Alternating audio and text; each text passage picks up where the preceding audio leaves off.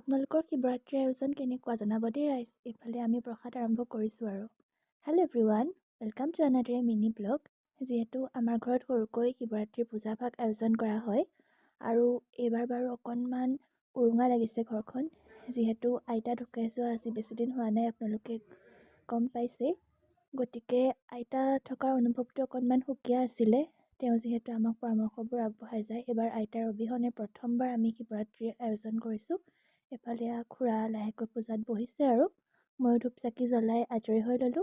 আৰু এইফালে তাৰপাছত আমি সকলোৱে ঘৰৰ শিৱৰ শতনাম পাঠ কৰিছোঁ। মহাদেৱে আটাইৰে মংগল কৰক তাৰে কামনা কৰিছোঁ।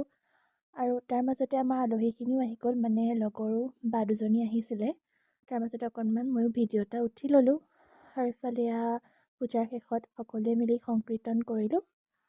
আৰু কাইলৈলৈকে যিহেতু শিৱৰাত্ৰি আছে, এইফালে আজি পূজা ভাগিলে আৰু সকলোৱে মিলি প্ৰসাদো খাই ল'লোঁ। আৰু প্ৰসাদ খোৱাৰ পাছত এইফালে ৰাইজক খোৱাৰ বাবে যা-যোগাৰ কৰা হৈছে ৰুটি, ইফালে বিলাই আছে, তাৰ মাজতে আমিও খাই ল'লোঁ। কাইলৈ আকৌ আহিম অন্য এটা ব্লগৰ সৈতে।